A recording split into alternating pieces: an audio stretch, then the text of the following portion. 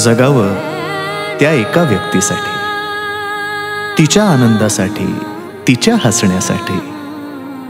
ती वेगळी असते प्रत्येकासाठी. तिच्या सोबतच्या नात्याचं नाव असतं वेगळं प्रत्येकासाठी. कधी प्रेयसी, कधी प्रियकर, कधी नवरा, कधी बायको, कधी भाऊ, कधी बाबा, कधी आई तर कधी ताई. भावना मात्र एकच. कधी हसणार आहे, कधी रडणार आहे, कधी हसणार आहे, कधी रडणार आहे. मी सारी जिंदगी माझी तुला जपणार आहे. मी सारी जिंदगी माझी तुला जपणार आहे.